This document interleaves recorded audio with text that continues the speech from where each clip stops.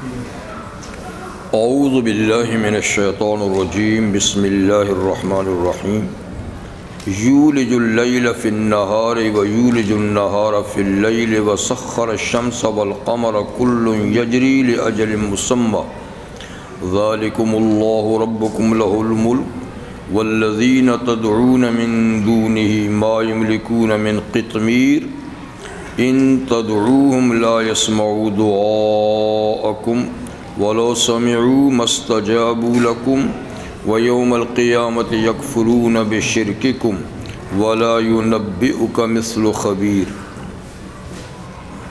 يا أيها الناس أنتم الفقراء إلى الله والله هو الغني الحميد إن يشاء يذهبكم ويأتي بخلق جديد وما ذلك على الله بعزيز ولا تزر وازرة وزر أخرى وإن تدع مثقلة إلى حملها لا يحمل منه شيء ولو كان ذا قربى إنما تنذر الذين يخشون ربهم بالغيب وأقاموا الصلاة ومن تزكى فإنما يتزكى لنفسه وإلى الله المصير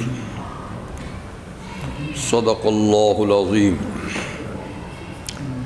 سورہ فاطر کی آیت نمبر 13 سے 18 تک آیات اس وقت آپ کے سامنے تلاوت کی گئیں۔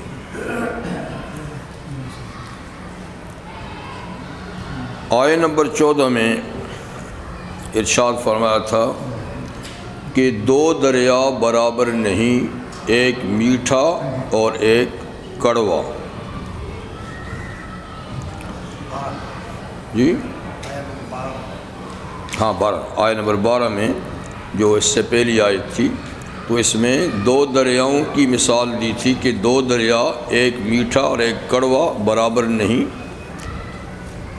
لیکن اس کے باوجود کچھ نہ کچھ فائدہ دونوں ہی سے ہوتا ہے۔ وہ یہ کہ مچھلی دونوں سے ملتی ہے، کڑوے دریا سے بھی میٹھا دریا سے بھی، اور دوسرے یہ کہ ان میں کشتیاں اور جہاز چلتے ہیں، میٹھے دریا میں بھی چلتے ہیں، کڑوے میں بھی چلتے ہیں، تو فائدہ دونوں سے کم و بیش ہوتا ہے، کسی میں زیادہ کسی میں کم۔ تو یہ ایک مثال ہے کہ اسلام کو بھی فائدہ دونوں طبقوں سے ہوگا، کڑوے لوگوں سے بھی کچھ ہوگا، میٹھے لوگوں سے بھی ہوگا، یعنی مسلمانوں سے بھی فائدہ ہوگا اور کبھی کبھی غیر مسلموں سے بھی اسلام کو فائدہ پہنچے گا، کم و بیش ہوگا۔ اور یہ کہ کشتیاں چلتی ہیں، اس میں دونوں دریاؤں میں چلتی ہیں تو اس سے بھی فائدہ ہوتا ہے۔ کشتیاں چلنے کا مقصد کیا ہے کہ اس سے تم اللہ کا فضل تلاش کرو، یعنی بہت بڑا ذریعہ تجارت کا وہ سمندر ہے، بڑے بڑے جہاز ہیں، چھوٹی بڑی کشتیاں ہیں، تو فضل سے مراد یہاں پر تجارت ہے، لیکن اس کے علاوہ اور مقاصد کے لیے بھی سفر کیے جاتے ہیں، علمی سفر بھی ہوتا ہے، جی وہ بھی ایک بہت بڑا اللہ کا فضل ہے، اور اللہ کی قدرت کے بڑے نظارے بھی سمندر میں دیکھے جاتے ہیں، اگر ان کے لیے سفر کیا جائے تو یہ بھی بڑا مفید ہے۔ یہ سمندری دنیا میں کس قدر اللہ کی مخلوق رہتی ہے اور کیسا سمندر میں نشیب و فراز ہوتا ہے، کتنے اللہ کے قہر و غضب کے نمونے بھی ظاہر ہوتے ہیں اور اس کی رحمت کے نشان بھی سمندر میں ظاہر ہوتے ہیں۔ تو بہرحال فائدہ یعنی دونوں سے ہے۔ یہاں تو ذکر نہیں ہے لیکن دوسری آیت میں ہے مرج البحرین یلتقیان۔ ایک بڑا فائدہ یہ بھی ہے کہ کبھی کبھی اللہ دونوں دریاؤں کو ملا کر چلاتے ہیں، کڑوا اور میٹھا دریا دو ساتھ ساتھ بہتے ہیں، پھر بھی پانی ایک دوسرے میں مکس نہیں ہوتا، تو ان دونوں کے درمیان آڑ پردہ کس نے قائم کیا ہے؟ کیونکہ مادی پردہ تو بیچ میں کوئی نہیں ہوتا، تو پھر بھی یہ پانی میں ملتا کیوں نہیں ہے؟ یہ بھی اللہ اپنی قدرت کا کرشمہ دکھاتے ہیں۔ عام طور پہ پانی میں پانی ڈالیں تو فوراً مکس ہو جائے گا، لیکن اللہ دریا بہا دیتے ہیں اور میلوں تک جاتے ہیں اور مکس نہیں ہوتے ہیں، یہ بھی ایک قدرت کی بات ہے۔ ان نعمتوں کو دیکھ کر تمہیں اللہ کا شکر ادا کرنا چاہیے۔ اب جو آیات تلاوت کی اس میں بھی اسی کا ذکر ہے۔ یولج اللیل فی النہار، دن رات روزانہ ہم پہ آتے جاتے ہیں، ہم اس کا مشاہدہ کرتے ہیں، لیکن فرمایا کہ کبھی عبرت کی نظر سے بھی دیکھا ہے کہ رات کو دن میں اور دن کو رات میں کون داخل کرتا ہے، اور بڑے تسلسل سے، بیچ میں وقفہ ہی نہیں ہے کہ دن گیا رات آنے میں تھوڑا سا ٹائم رہتا ہو، تاخیر ہو جائے، یا رات گئی ہے ابھی دن نہیں آیا ہو، ایسا ہے ہی نہیں ہے۔ تو یولج اللیل فی النہار، اللہ ایک دم دن میں رات، رات میں دن داخل کر دیتے ہیں۔ دوسری جگہ میں ہے واختلاف اللیل والنہار، کہ دن رات کا بدلنا، یہ بھی اللہ کی قدرت کی نشانیوں میں سے ہے کہ وقت وہی 24 گھنٹے کا ہے، کبھی دن رات مساوی برابر ہوتے ہیں، 12 گھنٹے کے دونوں، کبھی دن چھوٹا ہو جاتا ہے رات بڑھ جاتی ہے، کبھی رات چھوٹی ہوتی ہے دن بڑھ جاتا ہے۔ تو یہ اس میں کمی بیشی کون کرتا ہے؟ اور اس کمی بیشی سے ہی موسم تبدیل ہوتے ہیں۔ اگر ہمیشہ ایک ہی موسم رہے تو زندگی مشکل ہو جائے۔ موسموں کی تبدیلی کا بہت بڑا اثر ہوتا ہے ہمارے خوراک پر، کھانے پینے کی اشیاء جو پیدا ہوتی ہیں، پھل جو پیدا ہوتے ہیں، تو اس میں موسم کا بڑا فرق ہوتا ہے۔ اگر ایک ہی جگہ ایک ہی موسم رہے گا تو یہ بہت بڑی مشکل پیدا ہو جائے گی۔ تو اللہ موسم کو تبدیل کرتے ہیں۔ وسخر الشمس والقمر، اور اللہ نے سورج اور چاند کو بھی مسخر کر دیا ہے، یعنی تمہارے کام میں لگا دیا ہے۔ تسخیر کا ایک معنی ہوتا ہے کسی چیز کو کسی کے اختیار اور کنٹرول میں دے دینا۔ تو سورج چاند کی تسخیر ایسی نہیں ہے کہ وہ ہمارے اختیار میں ہوں، جب چاہے ان کو نکالیں، جب چاہے۔ تو اس کا کنٹرول تو اللہ کے ہاتھ میں ہے، لیکن تسخیر کا دوسرا معنی یہ ہے کہ اللہ نے کام میں لگا دیے ہیں۔ چلا تو اللہ تعالیٰ رہے، خدمت ہماری انجام دے رہے ہیں دن، یعنی سورج اور چاند۔ تو یہ ایسی ہی تسخیر ہے کہ سورج چاند تمہاری خدمت میں لگا دیے ہیں جی، اور سورج اور چاند ہی کے تغیر اور تبدل سے کیا ہوتا ہے؟ موسم بدلتے ہیں۔ چاند کی منزلیں 28 ہیں، اور مہینے میں یہ اپنی پوری گردش پوری کر لیتا ہے۔ 1-2 دن جو ہمیں نظر نہیں آتا جی، تو 28 دن یہ ضرور نظر آتا ہے۔ کبھی 29 دن نظر آتا ہے، کبھی 1 دن نہیں نظر آتا، کبھی 2 دن نظر نہیں آتا۔ تو 28 دن میں یہ اپنے پورے چکر مکمل، ہر مہینے اس کے چکر پورے ہو جاتے ہیں۔ سورج سال میں چکر پورے کرتا ہے، ہر مہینے الگ برج میں جاتا ہے، تو اس کے 12 برج ہیں، ہر مہینے ایک برج میں سفر کرتا ہے، یہ ہر دن میں ایک منزل پہ سفر کرتا ہے۔ تو سورج کی ہی تبدیلی سے برجوں میں موسم کی تبدیلی ہوتی ہے۔ اگر وہ ایک ہی رستے پہ چلتا رہے تو موسم نہیں بدلے گا۔ تو اللہ تعالیٰ نے اس کے رستے مقرر کیے ہیں، اور پھر یہ دونوں سورج اور چاند یہ ہمارے لیے بلکہ کیا ارضی کائنات کے لیے بہت ہی مفید ہے۔ چاند سے ٹھنڈی روشنی ملتی ہے رات کو، ہلکی اور ٹھنڈی، تاکہ آرام میں بھی خلل نہ پڑے اور بالکل گھپ اندھیرا بھی نہ ہو۔ ہلکی اور ٹھنڈی روشنی، اور اس میں اللہ نے یہ بھی اثر پیدا کیا ہے کہ پھلوں میں ذائقے یا اناج میں ذائقے چاند کی روشنی سے پڑتے ہیں۔ کئی ستارے ہیں، سیارے ہیں، ان کا بھی اس میں اثر ہوتا ہے، اللہ نے ان میں بھی اثر ڈالا ہے۔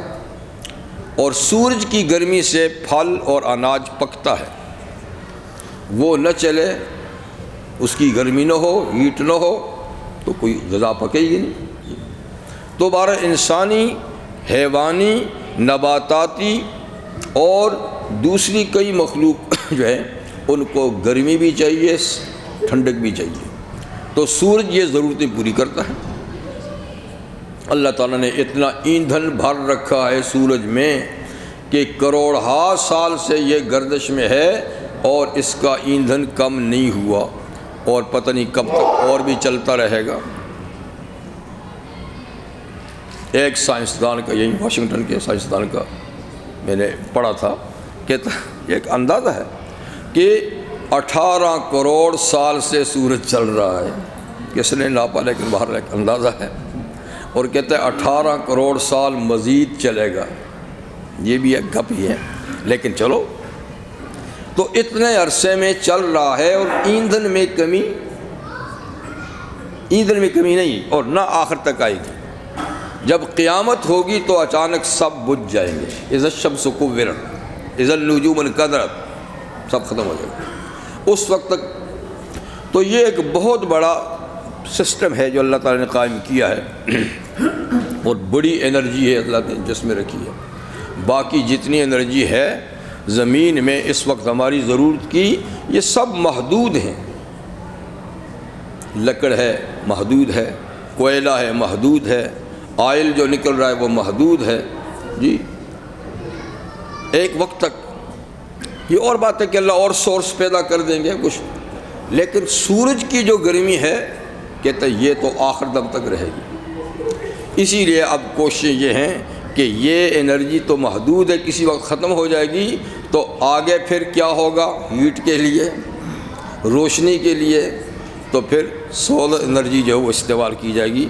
اب اس پہ تجربے شروع ہیں اور کام ہو رہا ہے۔ تو ایک وقت ہوگا کہ یہ سورج صرف باہر کی دنیا کو روشن اور گرم نہیں کرے گا، رات کو ہمارے گھروں میں ہیٹ بھی ہوگی اور اس کی گرمی بھی اور اس کی روشنی بھی، بلکہ بڑی بڑی بھٹیاں اور بڑے بڑے کارخانے بھی اس کی ہیٹ سے چلیں گے، اگر دنیا باقی رہی تو اور سلسلہ قائم رہا تو فرمایا کہ میری اس قدرت کے کرشمے کو عبرت کی نظر سے دیکھو۔ کل یجری لاجل مسمی، یہ سب سیارے چل رہے ہیں، ایک ہی رفتار سے چل رہے ہیں، لاجل مسمی، ایک مقرر وقت تک۔ جب مقرر وقت آئے گا پھر یہ آپس میں ٹکرا جائیں گے، اس وقت تک ان میں اللہ ایکسیڈنٹ نہیں ہونے دے گا۔ اور یہ للشمس ينبغي لها ان تدرك القمر والليل سابق النهار، نہ تو سورج چاند کو پکڑ سکتا ہے، نہ چاند سورج کو، نہ رات آگے آ سکتی ہے دن سے، نہ دن آگے آ سکتے رات سے۔ کل فی فلک یسبحون، سب کے سب سیارے اپنے اپنے رستے پہ، مقرر رستے پہ رواں دواں ہیں، سب اپنے اپنے رستوں پر۔ تو کس نے ان کو چلا رکھا ہے، بنایا ہے، ٹکراؤ سے بچایا ہے کہ ایک سیارہ بھی ذرا سا بھٹک جائے تو کائنات درم برم ہو جائے، ایک سیارہ بھی۔ کیا ہوگا جب سارے سیارے ہی ٹکرا جائیں گے؟ کیا منظر ہوگا وہ؟ ابھی ایک گر جائے تو ہم برداشت نہیں کر سکتے، سارے ہی گر جائیں گے تو کیا ہوگا؟ تو اذا الشمس کورت، اذا النجوم انکدرت، اذا السماء انفطرت، جب آسمان بھی ٹوٹ پھوٹ کا شکار ہو جائے گا جی، لاجل مسمی۔ ذالکم اللہ ربکم، اے بھولے بھٹکے انسانوں، ذالکم اللہ، یہ ہے اللہ رب تمہارا، یہ ہے اللہ رب تمہارا۔ تم نے برق اور بھاپ کو رب بنایا ہوا ہے، یہ ہے اللہ جو تمہارا رب ہے جی، جو اتنی بڑی کائنات کا خالق بھی ہے، مدبر بھی ہے، بنانے والا بھی ہے، چلانے والا بھی ہے۔ لہ الملک، حقیقی حکومت اسی کی ہے، باقی تو نرے دعوے ہیں، میں حکمران ہوں، میں کنگ ہوں، میں پریزیڈنٹ ہوں، یہ دعوے ہی ہیں جی۔ حقیقت میں مالک کون ہے؟ ملک کس کا ہے؟ لہ الملک، حکومت اسی کی ہے جی۔ اور تؤتی الملک من تشاء، پھر جس کو چاہتا ہے وقت، تھوڑے وقت کے لیے تھوڑے سے اختیار جس کو چاہتا ہے دے دیتا ہے۔ وتنزع الملک ممن تشاء، جس وقت چاہتا ہے کرسی سے اتار بھی دیتا ہے، جس وقت چاہتا ہے۔ وتعز من تشاء، عزت بھی جس کو چاہتا ہے وہ دیتا ہے، تو ذل من تشاء، ذلت بھی جس کو چاہتا ہے، بیدہ الخیر، سب خیر اسی کے قبضے میں ہے۔ خیر کا کہا ورنہ شر بھی اسی کے قبضے میں ہے، ہر خیر و شر اسی کے قبضے میں ہے جی۔ والذین تدعون من دونہ، لیکن وہ جن کو تم اللہ کو بھول کر پکارتے ہو اور ربوبیت کا درجہ تم نے ان کو دے رکھا ہے، الوہیت کی کرسی پہ تم نے ان کو بٹھا رکھا ہے، رات دن جن کے گن گاتے ہو، جن کی تعریفیں کرتے ہو، ما یملکون من قطمیر، وہ بیچارے تو کھجور کی گٹھلی کے اوپر جو تھوڑا سا سفیدی ہوتی ہے نا، اس کے مالک بھی نہیں ہیں۔ انہوں نے تو کھجور کی گٹھلی پر جو سفید سا، ہاں وہ بھی نہیں بنایا، چاہے جائے کہ کائنات بنائی ہوئی چلائی ہو۔ لیکن واقعی دیکھیں انسان کا یہ حال ہے کہ جن کے پلے کچھ نہیں ان کے گن گاتے ہیں دن رات، ان کی تعریفوں کے پل باندھتے ہیں، جن کے قبضے میں کچھ نہیں، اور جس کے قبضے میں سب کچھ ہے بھولے سے بھی اس کا نام نہیں لیتے۔ یہ بد نصیبی ہے انسان کی، خوش نصیب ہیں وہ انسان جو اسی کا گن گاتے ہیں، اسی کا، وہ خوش نصیب ہے، چاہے دنیا کی نظر میں وہ کچھ بھی ہوں، اللہ کی نظر میں وہی بھاتے ہیں۔ ما یملکون من قطمیر ان تدعوہم لا یسمعوا دعاءکم، ان فرضی اور نقلی معبودوں کو اگر تم اپنی حاجتوں میں بلاؤ، پہلے تو سنتے ہی نہیں، پہلے تو سنتے ہی نہیں۔ اگر زندہ ہیں، اگر وہ زندہ ہیں تو سننے کی حد مقرر ہے، اس دیوار سے آگے آواز نہیں جائے گی، اور وہ بھی جب سنیں گے جب ایک ہی آواز ہو، ہوا کا رخ بھی ادھری ہو۔ دو تین بولیں گے تو پلے ہی کچھ نہیں پڑے گا، دو تین بولیں گے یا اس حد سے آگے ہیں تو پھر آواز نہیں جائے گی، اور اگر وہ مرے ہوئے ہیں یا بے جان ہستیاں ہیں پھر تو سننے کا سوال ہی نہیں پیدا ہوتا۔ تو ان تدعوہم، اگر تم ان کو پکارو، لا یسمعوا دعاءکم، وہ تمہاری پکار سنتے نہیں، ولو سمعوا، بالفرض وہ تمہاری پکار سن لیں، بالفرض سن لیں، مستجابوا لکم، وہ اس کو قبول نہیں کر سکتے، اس کا جواب نہیں دے سکتے جی۔ تو پھر ایسی شخصیتوں کو پکارنے کا کیا فائدہ ہوا جو سن نہیں سکتے، سن لیں تو جواب نہیں دے سکتے جی۔ اس کو کیوں نہیں پکارتے؟ ان تجہر بالقول، کہ زور سے بولو، ان تجہر بالقول فإنہ یعلم السر وأخفی، تیری مرضی ہے زور سے بول، وہ تو چپکے کی آواز بھی سنتا ہے اسی طرح جیسے زور کی سنتا ہے۔ جو الجہر والسر اور اخفا اس کے لیے ایک ہی ہے، دور اور نزدیک اس کے لیے ایک ہی ہے، اور سینکڑوں ہزاروں آوازیں اور ایک آواز اس کے لیے ایک ہی ہے، اور یہاں تو معاملے الگ ہیں۔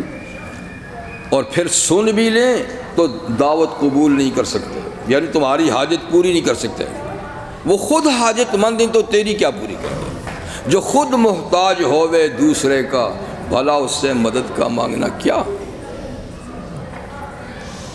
جن ہستیوں کا نام لے لے کر تم دعا کرتے ہو ان کی تاریخ پڑھو کہ وہ راتوں کو اٹھ اٹھ کے خدا کے سامنے گڑ گڑاتے تھے، خود اللہ سے مانگتے تھے جی۔ تو انہوں نے تو اللہ سے مانگنا سکھایا ہے، تم ان سے مانگنے لگے ہو، تم ان سے مانگنے لگے ہو۔ لیکن یہ نا انسان جب سوچتا نہیں ہے تو پھر یوں ہی بھٹکتا رہتا ہے، سوچتا نہیں ہے تو یوں ہی بھٹکتا رہتا ہے۔ وَيَوْمَ الْقِيَامَةِ يَكْفُرُونَ بِشِرْكِكُمْ، آج تو وہ بیچارے جواب نہیں دے سکتے، روک نہیں سکتے، اس لیے کہ وہ تو من و مٹی کے نیچے ہیں، یا ان میں بولنے کی سکت ہی نہیں ہے، جیسے مورتیاں ہیں، جیسے درخت ہیں، جیسے کہ پہاڑ ہیں، جیسے کہ دریا ہیں، یہ بھی سب لوگوں نے معبود بنائے ہوئے نا۔ یہ گنگا ہے، یہ ایک معبود ہے جی، اور یہ فلاں فلاں درخت ہیں، تو یہ تو سکت ہی نہیں رکھتے بولنے کی۔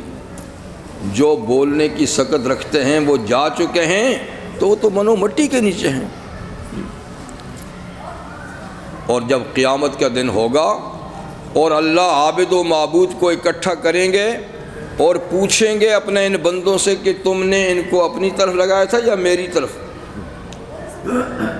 تو وہ بالکل انکار کریں گے۔ یکفرون بشرککم، تمہارے شرک کا انکار کریں گے۔ یا اللہ ہم نے کب ان کو کہا کہ ہمیں پکارو؟ کب ہم نے کہا ہمیں سجدہ کرو؟ کب ہم نے کہا کہ ہم سے حاجت؟ ہم تو تجھ سے جوڑ کر آئے تھے، ابلیس نے ان کو تجھ سے توڑ کے ہمارے ساتھ جوڑ دیے ہیں، ہم کیا کر سکتے؟ تو تمہارے کفر کا، تمہارے شرک کا انکار کریں گے۔ وَلَا يُنَبِّئُكَ مِثْلُ خبیر، اے مخاطب تجھے خبیر اللہ کی طرح کوئی بات نہیں بتائے گا۔ اللہ خبیر ہے، خبردار ہے، اللہ کی طرح تجھے کوئی بات نہیں بتائے گا۔ اللہ تمہیں یہ بات بتا رہا ہے کہ یہ جو ہو رہا ہے سو غلط ہو رہا ہے، تو یہ بات تمہیں خبیر بتا رہا ہے، خبیر، خبیر بصیر جی، اور اس کی طرح تجھے کوئی دوسری بات نہیں بتائے گا۔ لیکن آج ہم خبیر کی بات تو نہیں سن رہے، بے خبروں کی سن رہے ہیں، بے خبروں کی۔ حقیقت ہے کہ آج یہ لوگ، یہ کائنات، یہ انسان اس بات کو سمجھ جائیں اور اللہ سے ٹوٹا ہوا رشتہ جوڑ دیں تو انقلاب آ جائے گا، بالکل انقلاب آ جائے گا۔ دنیا امن کا گہوارہ بن جائے گی، دنیا جنت کا نمونہ بن جائے گی، جب سب کا رخ اس کی طرف ہو جائے گا۔ آج حال یہ ہے کہ کسی کا رخ کدھر ہے، کسی کا مشرق ہے، کسی کا مغرب ہے، کسی کا شمال، کسی کا جنوب میں ہے۔ اوروں کو چھوڑیے، ہمارے دلوں کا حال کیا ہے کہ رخ ہم مسجد میں اسی کی طرف کرتے ہیں، لیکن دل کے رخ کہاں کہاں ہوتے ہیں۔ جسم کا رخ تو ادھر ہی ہے، لیکن دل ہمارے بھی بھٹک گئے ہیں۔ لیکن جنہوں نے رخ بھی دوسری طرف پھیرا ہوا ہے جی، تو پھر تو جب رخ پھیریں گے، نولی ما تولی، اللہ فرماتا ہے ہم بھی ادھر ہی پھیر دیں گے، جاؤ جدھر پھر ادھر جاؤ۔ لیکن جب سب اللہ کی طرف رخ کر دیں گے سیدھا، تو سارا مسئلہ حل ہو جائے گا۔ لیکن بہرحال دنیا میں ایسا ہونا مشکل ہے، ایسا ہونا مشکل ہے، اس لیے کہ یہ دنیا معرکہ ہے حق و باطل کا، یہ میدان جنگ ہے حق اور باطل کا، اس میں حق اور باطل کا ٹکراؤ رہے گا۔ شیطانی اور رحمانی قوتیں ٹکراتی رہیں گی، اس میں نیکی بدی کا جھگڑا رہے گا۔ خوش نصیب ہیں وہ لوگ جو نیکی کے طرفدار ہیں، بدی سے نفرت کر رہے ہیں، لیکن یہ ہوگا۔ وَلَا يَزَالُونَ مُخْتَلِفِينَ، تم میں اختلاف رہے گا، تو دنیا جگہ ہی ایسی ہے۔ اس لیے اس معرکہ حق و باطل میں، حق اور باطل کے اس میدان میں سوچ سمجھ کے حق کی طرفداری کرنی چاہیے، تاکہ اس کا نتیجہ آگے اچھا نکلے۔ یہاں بچ نہیں سکتے، یہاں تو اس کے شکار رہیں گے۔ یا ایھا الناس، اب اللہ سب سے خطاب کر رہے ہیں، اے انسانوں، اے سب لوگوں، اہل ایمان ہیں یا اہل کفر ہیں، جو بھی ہیں، نیک ہیں یا بد ہیں، مومن ہیں یا کافر ہیں، ایھا الناس، اے لوگوں، انتم الفقراء الی اللہ، تم سب کے سب اللہ کے لیے، اللہ کے سامنے محتاج ہو، منگتے ہو۔ فقراء فقر سے ہے، فقر کہتے ہیں کمر کی ہڈی کو، کمر کے اندر جو ہڈی ہے نا، اس کو کہتے ہیں فقر۔ جب یہ اس کی پلیٹیں جب ادھر ادھر ہو جاتی ہیں نا، تو پھر آدمی سیدھا نہیں ہو سکتا، جو سیدھا نہیں ہو سکتا تو اس وجہ سے اس کو کہتے ہیں، اس کو اسی لیے اس ہڈی کو کیا کہتا ہے؟ فقر. جب وہ ٹوٹ جائے، جب وہ ادھر ادھر ہو جائے تو آدمی سیدھا نہیں ہو سکتا، جھک جاتا ہے. اور فقیر بھی فقر کی وجہ سے جھکا رہتا ہے، ہر ایک کے سامنے ہاتھ پھیلاتا ہے، ہر ایک کے سامنے کمر جھکاتا ہے. تو اس مناسبت سے ضرورت مند کو بھی فقیر کہتے ہیں، ورنہ اصل فقر اس ہڈی کا ٹوٹنے کا نام ہے، اس کے نام ہے. تو تم سب کے سب فقیر ہو، محتاج ہو کس کے؟ اللہ کے. یعنی تم غریب ہو تو فقیر ہو، امیر ہو تو فقیر ہو، تم پبلک کے لوگ ہو یا تم حکمران ہو، تم صحت مند ہو یا تم بیمار ہو، جو بھی ہو، جس حال میں بھی ہو، لکھ پتی ہو یا ککھ بھی نہ ہو، تم سب فقیر ہو. اپنے آپ کو تم کچھ سمجھو. اور کس کے فقیر ہو؟ اللہ. اللہ اللہ کے فقیر ہو. اس لیے کہ تمہیں پیدا کس نے کیا ہے، تمہیں زندگی کس نے دی ہے، تمہاری زندگی کے اسباب کس نے پیدا کیے ہیں، اور تمہیں موت کی نیند کون سلاتا ہے. تو تم کچھ بھی ہو اس کے محتاج ہو، اپنی وجود میں آنے میں محتاج ہو، اپنی زندگی کو باقی رکھنے میں محتاج ہو، ذرے ذرے کے محتاج ہو، نیند میں محتاج ہو، جاگنے میں محتاج ہو، غذا کھانے میں محتاج ہو، اس کو نکالنے میں محتاج ہو، صحت میں محتاج ہو، بیماری میں محتاج ہو، ہر قدم پہ ایک قدم اٹھاؤ تو دوسرا رکھنے پہ محتاج ہو، جو رکھا ہے دوسرے کے اٹھانے پہ بھی محتاج ہو. اگر وہ روک دے تو تم اٹھا کے دکھاؤ، وہ لیٹے کو نہ بیٹھانے دے تم بیٹھ کے دکھا دو، وہ بیمار کر دے تم ذرا اٹھ کے چل کے دکھا دو. تو تم ہر لمحہ اس کے محتاج ہو. اور غیر محتاج صرف ایک ذات ہے. نبی ہے تو محتاج، ولی ہے تو محتاج، فرشتہ ہے تو محتاج، جن ہے تو محتاج، ساری کائنات محتاج. محتاج نہیں تو وہ ایک ہے، واللہ هو الغنی الحمید. اللہ ہی غنی ہے جو کسی کا محتاج نہیں، اور وہ تعریفوں والا ہے.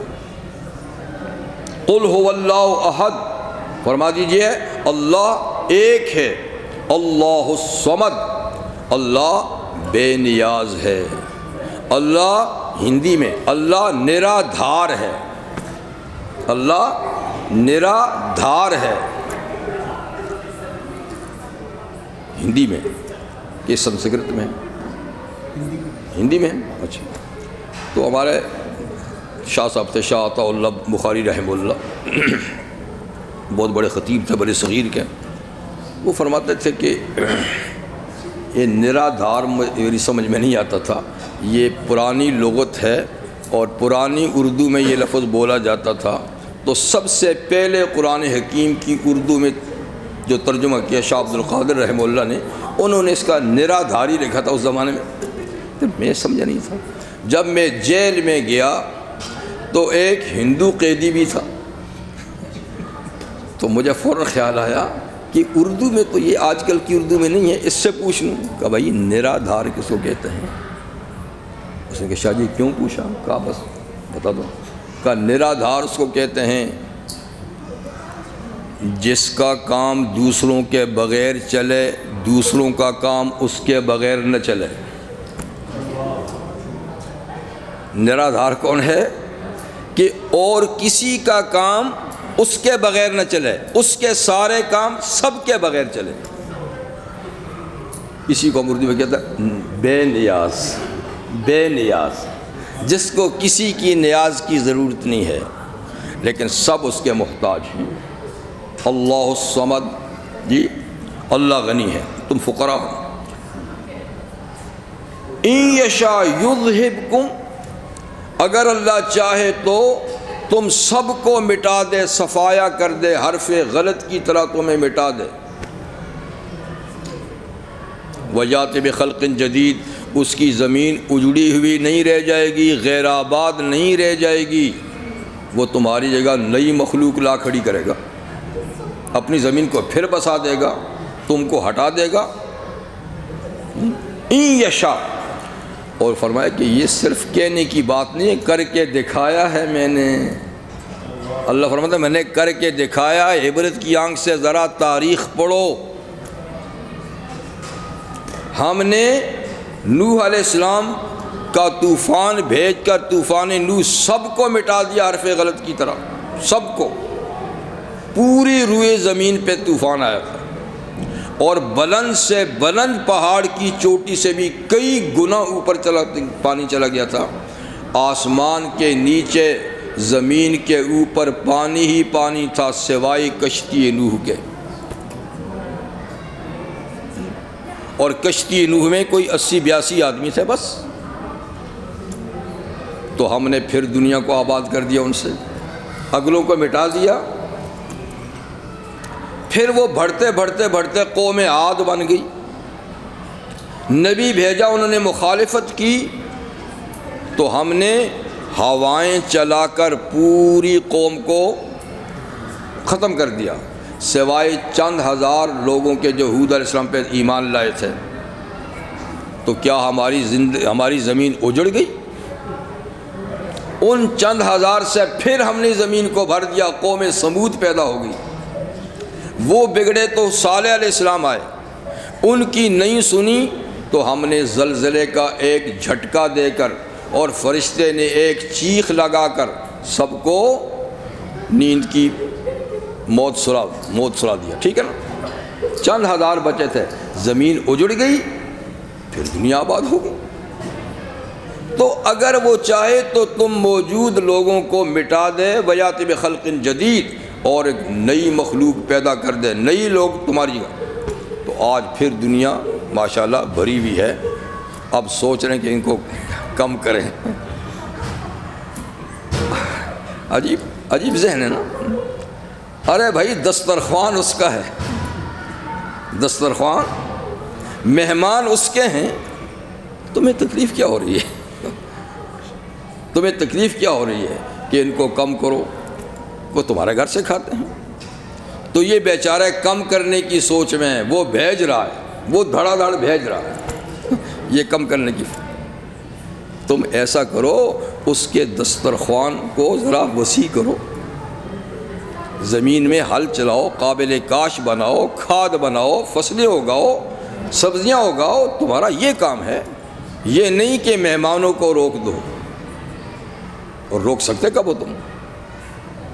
لیکن اس طرف ساری دولت لگا رہے کہ ان کو کم کرو، اس طرف نہیں کہ ان کے لیے وسائل مہیا کرو جو تمہارے پاس اللہ تعالیٰ نے اختیارات جتنی تھی ان کو استعمال کرو۔ نہیں، تو یہ اللہ کی مخالفت، جیسے کہ رازق یہ ہیں، ارے بھائی خالق ہوئے تو رازق بھی وہ، کیا پتہ آنے والوں میں کوئی اتنا باحوصلہ انسان آئے، اتنا فہیم انسان آئے کہ جو کئی لوگوں کا کام کر سکے،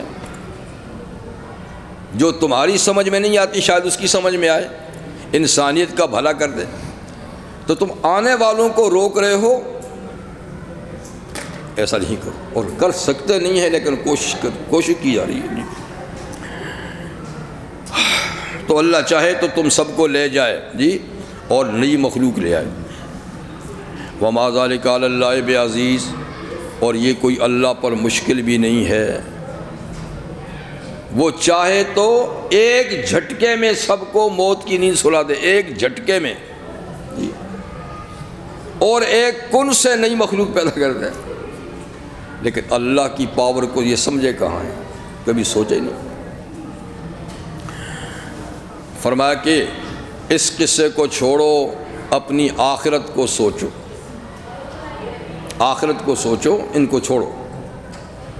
یہ نظام اللہ کا قائم کیا ہوا ہے، اور جب تک اللہ چاہیں گے قائم رہے گا، اور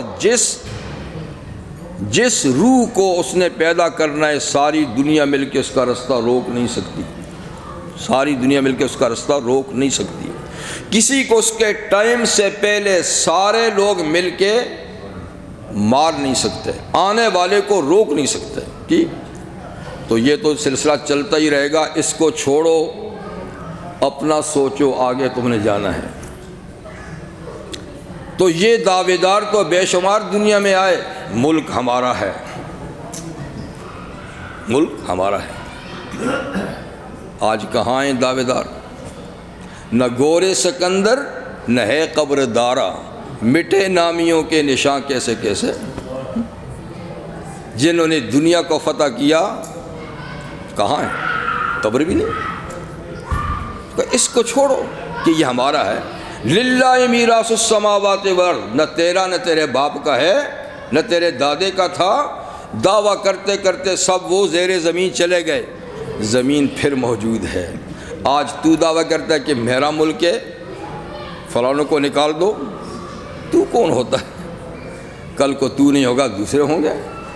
تو للہ میراث السماوات والارض، ارض و سما کی میراث اللہ کو رہ جائے گی. سب دعوے دار چلے جائیں گے، سب ختم ہو جائیں گے.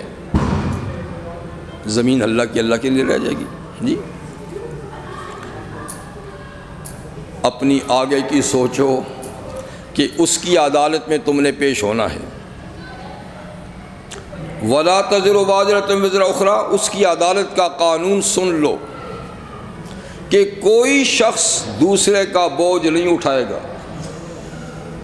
کوئی آدمی دوسرے کے بارے میں مسئول نہیں ہوگا، ذمہ دار نہیں ہوگا. ہر شخص کو اپنی ذمہ داری کا ثبوت خود دینا ہوگا. کوئی کسی کا بوجھ نہیں اٹھائے گا. وَإِن تَدُ مُثْقَلَةٌ إِلَىٰ حِمْلِهَا، اگر کوئی بوجھ والا اپنا بوجھ اٹھانے کے لیے دوسرے کو بلائے گا، لا يحمل منه شيء، وہ اٹھانے کے لیے تیار نہیں ہوگا. وَلَوْ كَانَ ذَا قُرْبَىٰ، اگرچہ اس کا قریب ترین رشتہ دار کیوں نہ ہو. ماں بیٹے سے کہے گی بیٹا میرا پیٹ تیرا برتن تھا، 9 مہینے تجھے اٹھائی پھرتی رہی، تکلیف برداشت کرتی رہی، اور پھر پیدا ہونے کی تکلیف اس سے کہیں زیادہ مشکل. اور پھر میری چھاتیاں تیرے مشکیزے تھے، جب چاہتا تو پی لیتا تھا. وہ مشکیزے تو ختم ہو گیا لیکن تھے، اب بھی دیہاتوں میں ہیں. تو جب چاہتا تھا پیٹ بھر لیتا تھا. میری گود تیرا گہوارہ تھا، اور تیرے بڑے ہونے تک میں نے نیندیں قربان کی، تکالیفیں برداشت کیں، دھو کے تجھے صاف کیا، رویا تو ہنسایا، ساری. آج ایک نیکی کا سوال ہے بابا، ایک نیکی دے دے بس. کہ ماں تیرا بڑے احسان مند ہوں، واقعی آپ نے بڑی جد و جہد میرے ساتھ کی، لیکن مجھے خود ایک نیکی کی ضرورت ہے. باپ بھی دعائیاں دے گا، بھائی بھی کہے گا، بیوی سے شوہر کہے گا دیکھ تیری ساری تمنائیں میں نے پوری کی، جائز ناجائز تجھے خوش رکھا جی، اور تیری وجہ سے کئی ایک سے میں نے ناراضگیاں بھی مول لیں. آج ایک نیکی چاہیے. وہ کہ ٹھیک کیا تو نے، لیکن مجھے خود ایک نیکی کی ضرورت ہے. تو کوئی کسی کا بوجھ نہیں اٹھائے گا، نہ دوست دوست کا، نہ عزیز عزیز کا. لِكُلِّ امْرِئٍ مِّنْهُمْ يَوْمَئِذٍ شَأْنٌ يُغْنِيهِ، ہر آدمی اپنے پسینے میں ڈوبا ہوگا. ہر آدمی ایسی کیفیت سے دوچار ہوگا کہ دوسرے کی خبر ہی نہیں ہوگی. سورہ معارج میں ہے کہ تمنا کرے گا میری جگہ بیوی جہنم میں چلی جائے میں بچ جاؤں، بیٹا چلا جائے، ماں باپ چلے جائیں، دوست چلے جائیں، پورا کنبہ چلا جائے، ساری انسانیت چلی جائے، پر میں بچ جاؤں. ثم ينجيك اللہ فرمائیں گے کہ نہیں، میرا قانون ہے کہ لا تزر وازرة وزر اخرى، کوئی کسی کا بوجھ نہیں اٹھائے گا. آج ہر کسی کو اپنا بوجھ خود ہی اٹھانا ہے.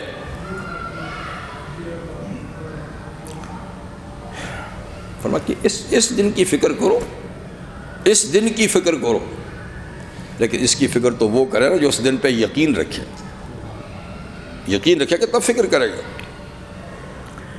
انما تنذر الذین یخشون ربهم بالغیب، اے محمد صلی اللہ علیہ وسلم دیکھیے آپ ان لوگوں کو ڈراتے ہیں یا ڈرا سکتے ہیں یا آپ کے ڈرانے کا فائدہ ان کو ملے گا جو یخشون ربهم بالغیب، اللہ کو بغیر دیکھے اس سے ڈرتے ہیں، وہ ان باتوں سے ڈریں گے، ورنہ آپ کی ان باتوں پہ کوئی یقین کرے گا نہیں۔ جو اپنے رب سے بالغیب نہیں ڈرتے وہ ان باتوں پہ یقین بھی نہیں کرتے، اس لیے ایمان بالغیب رکھا ہے۔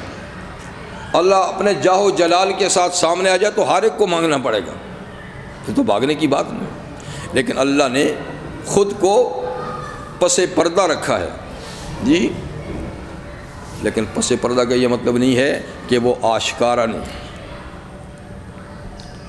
بے حجابی یہ کہ ہر ذرے سے جلوہ آشکار،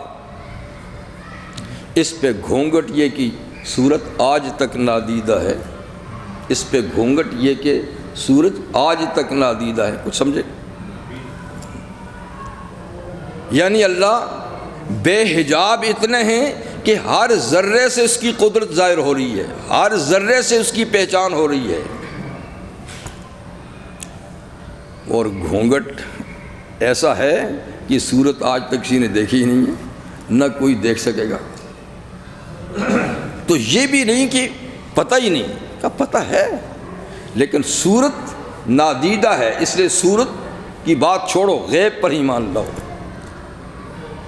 تو اللہ کو کسی نے نہیں دیکھا، نہ جبریل نے دیکھا، نہ عرش اٹھانے والوں نے دیکھا، نہ عرش کا طواف کرنے والوں نے دیکھا، کسی نے بھی کائنات میں اللہ کو نہیں دیکھا،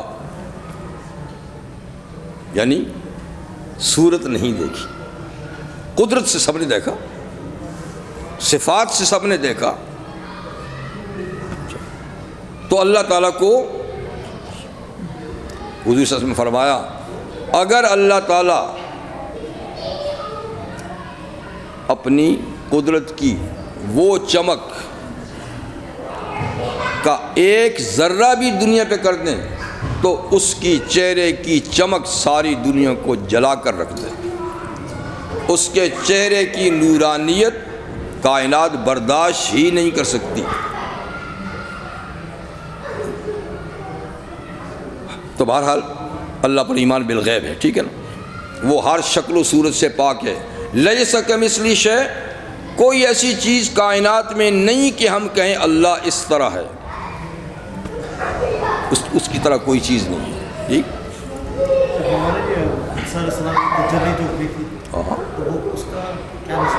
کیا موسیٰ علیہ السلام پہ تجلی سے پہاڑ پہ ڈالی تھی، انہوں نے تو تمنا کی تھی کہ آپ مجھے اپنا جلوہ دکھائیے، تو اللہ تعالیٰ نے فرمایا کہ آپ برداشت نہیں کر سکیں گے، اور میں اس کا ایک کرشمہ ذرا سا پہاڑ پہ ڈالتا ہوں، پہاڑ ایک مضبوط چیز ہے، اگر وہ برداشت کر گیا تو پھر آپ بھی حوصلہ رکھیں گے، آپ بھی پھر کہیں، اس نے برداشت نہیں کیا تو آپ سمجھ لینا کہ چنانچہ اللہ تعالیٰ نے کہتے ہیں سوئی کا جو ہے نا سرا، سوئی کے سرے جتنی تجلی پہاڑ پہ ڈالی جعلہ دکا، ریزے ریزے ہو گیا، راکھ بن گیا، منظر دیکھتے خر موسیٰ صاعقہ، موسیٰ علیہ السلام بے ہوش ہو کر، فلما افاق، جب ہوش آیا، سبحانک، پاک ہے اے اللہ، مجھے پتہ نہیں تھا، پاک ہے اے اللہ جی کہ تیری تجلی کو نہیں دیکھ سکتا۔ جنت میں دیکھیں گے رویت ہوگی، حشر میں رویت ہوگی، لیکن اللہ کی تجلیات کی اور قریب ترین تجلیات کی، لیکن فل نہیں، ایسا کب ہو سکتا ہے؟ تو جو بغیر دیکھے اللہ کو مانتے ہیں اور اللہ سے ڈرتے ہیں، وہی آپ کی باتوں پہ یقین بھی کرتے ہیں۔ تو اللہ پر میں نے کہا ایمان ساری کائنات کا بالغیب ہے، نہ جبریل نے دیکھا، نہ ملائکہ مقربین نے دیکھا، نہ کسی نبی نے، نہ کسی ولی نے۔ خواب میں دیکھنے کی باتیں الگ ہیں جی، وہ بھی تجلی جنت بھی تجلی ہوگی جی، لیکن بغیر کسی حجاب کے میں نے کہا نا کہ وہ نہیں ہے۔ اچھا جی، وَأَقَامُ الصَّلَاةَ، اور دوسری آپ کی بات سے کون ڈریں گے، کون ایمان لائیں گے؟ وہ اقام الصلاۃ، جو نماز پابندی سے پڑھتے ہیں، اور نماز میں دل کی آنکھوں سے خدا کو دیکھتے ہیں۔ نماز میں مومن دل کی آنکھ سے خدا کو دیکھتا ہے، ان آنکھوں میں طاقت نہیں ہے دیکھنے کی، دل سے دیکھتا ہے جی۔ تو جو نماز پڑھتے ہیں وہ اللہ سے ڈرتے ہیں، وہی آپ کی باتوں پہ ایمان بھی لاتے ہیں، آپ کا ڈرانا ان کے لیے مفید ہے۔ وہ اقبال کا شعر ہے،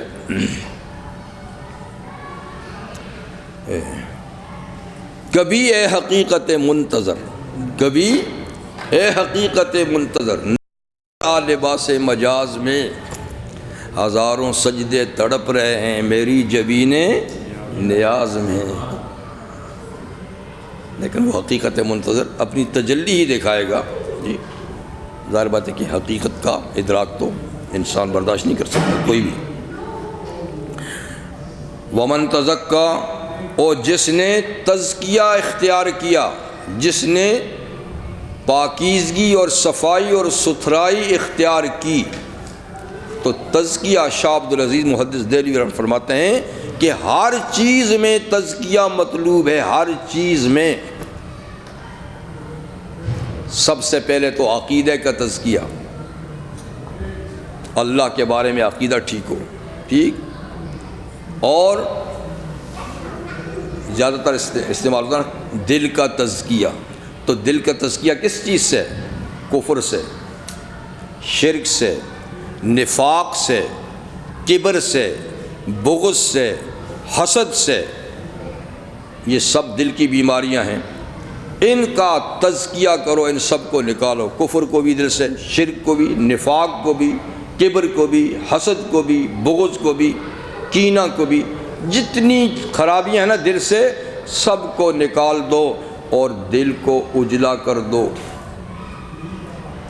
رحمت عالم صلی اللہ علیہ وسلم ارشاد فرماتے ہیں، غالب بن عبداللہ بن مسعود یا کسی صحابی سے فرمایا کہ عبداللہ، ہو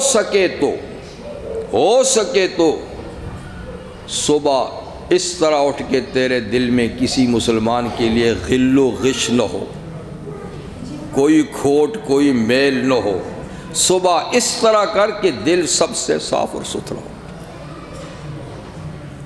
مگر آسان بات نہیں ہے، اگر ہو سکے، کر سکے تو ایسا کر، یہ تیرے نبی کی سنت ہے۔ وہ آپ کو حدیث بار بار سنائی ہے، غالباً یاد ہوگی،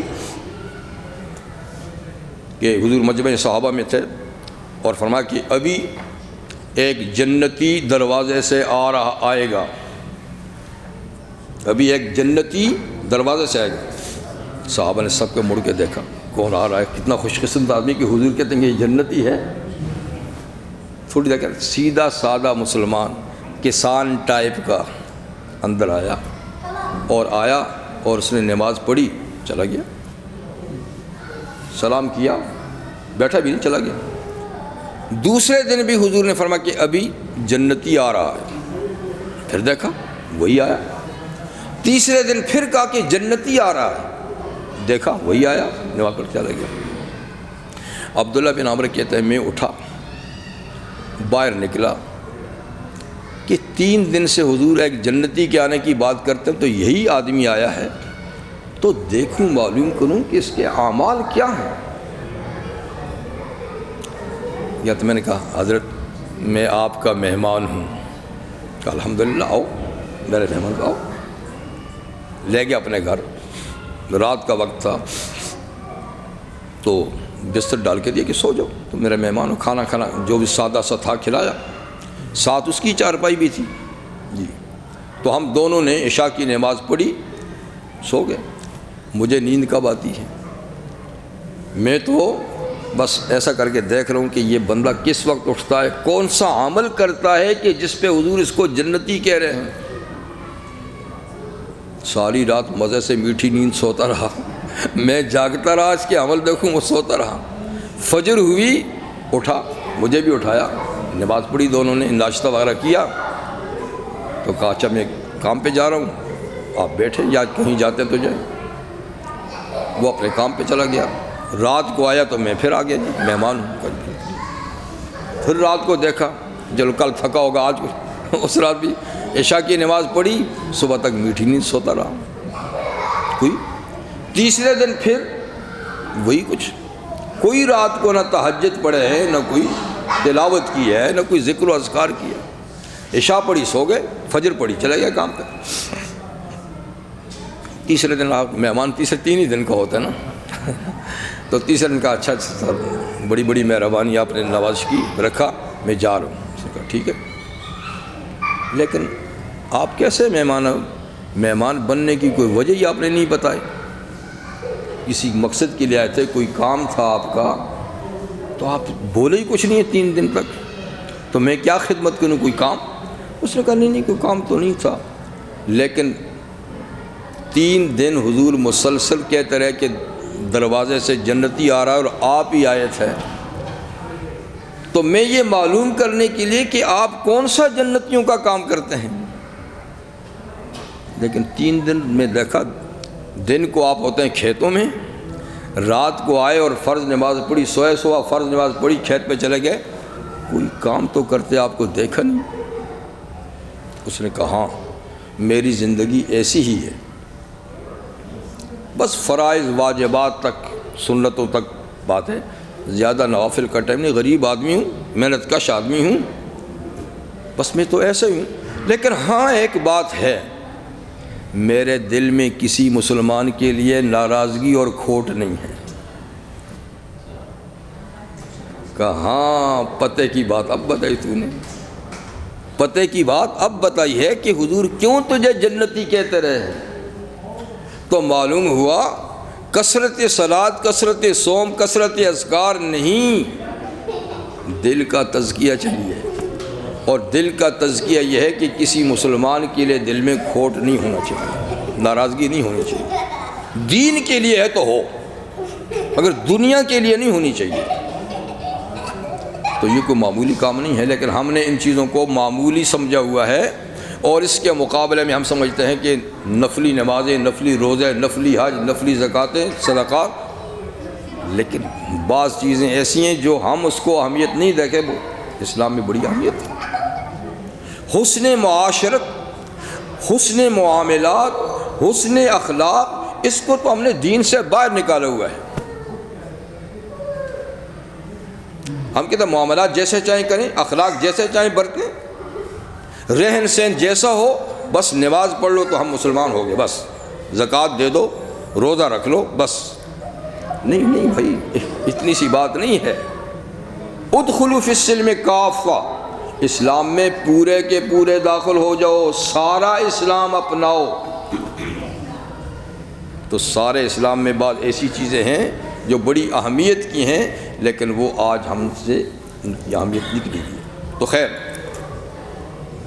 من تزکا، جس نے اپنا تزکیہ کیا، دل بھی صاف رکھا، عقیدہ بھی صاف، عمل بھی ریا سے صاف، اخلاص والا، صرف اللہ کی رضا کے لیے، جی، کپڑے بھی صاف، بدن بھی صاف، بال بھی صاف، جگہ بھی صاف، گھر کا ماحول بھی صاف، مسجد کا ماحول بھی صاف، گلی کوچے بھی صاف، بازار بھی صاف، تزکیہ ہے نا۔ آپ نے یہ سمجھ لیا کہ صرف لا الہ کی ضرب لگائیں اور دل صاف ہو جائے، نہیں، تزکیہ، ہر چیز کا تزکیہ، میں نہیں کہتا، شاہ عبدالعزیز فرماتے ہیں ہر چیز کا تزکیہ، ہر چیز کی صفائی، ہر چیز کی ستھرائی مطلوب ہے۔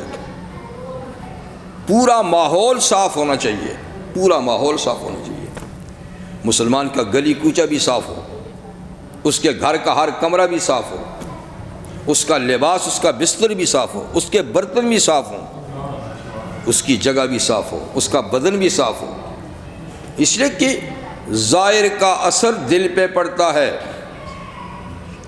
گندے ماحول میں رہیں گے تو دل میں گندگی بھرے گی، اجلے ماحول میں رہیں گے تو دل میں اجلا پن پیدا ہوگا۔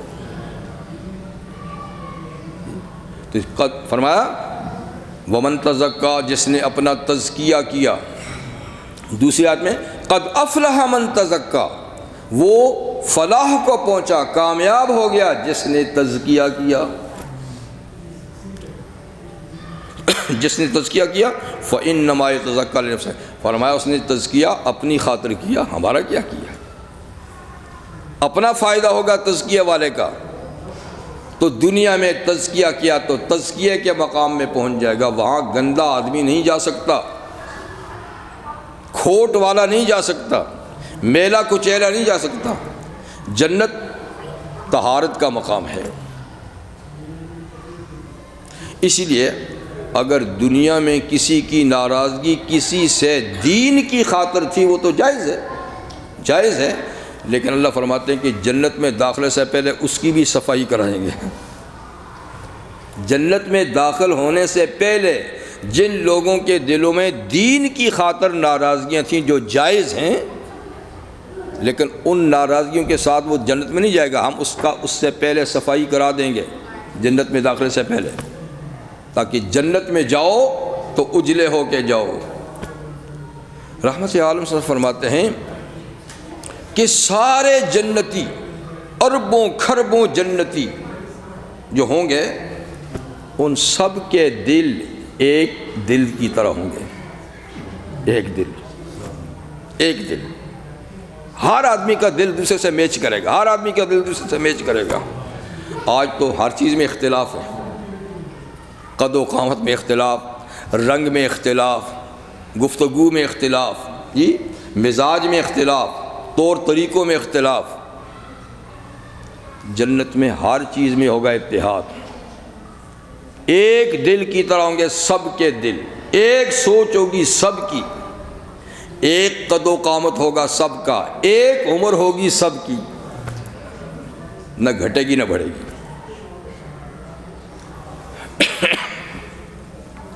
تو جس نے تزکیہ کیا اس نے اپنے لیے تزکیہ کیا، اپنا فائدہ ہے۔ وَإِلَى اللَّهِ الْمَصِيرُ، اس حقیقت کو بھی نہ بھولو کہ پلٹ کے خدا ہی کے پاس جانا ہے۔ تم مشرق میں رہو، مغرب میں رہو، جنوب میں رہو، شمال میں رہو، فضاؤں میں جاؤ، سمندروں میں جاؤ، خشکی پہ رہو، چاند پہ کیوں نہ چلے جاؤ، لیکن آخر مڑ کے ایک دن اللہ کے پاس جاؤ گے۔ کل شین یرجع الی اصلہ، ہر چیز اپنے اصل کو جاتی ہے، تو تم نے ایک دن ضرور اللہ کی عدالت میں پیش ہونا، اس حقیقت کو بھولو نہیں۔ وَإِلَى اللَّهِ الْمَصِيرُ۔ بس کر لیں، تھک جائیں گے انشاءاللہ۔ چلیے آگے بھی یہی مضمون چل رہا ہے، تو انشاءاللہ اس کو پھر اگلے پروگرام میں۔ سبحانک اللہم وبحمدک، اشہد ان لا الہ الا اللہ، استغفرک واتوب الیک۔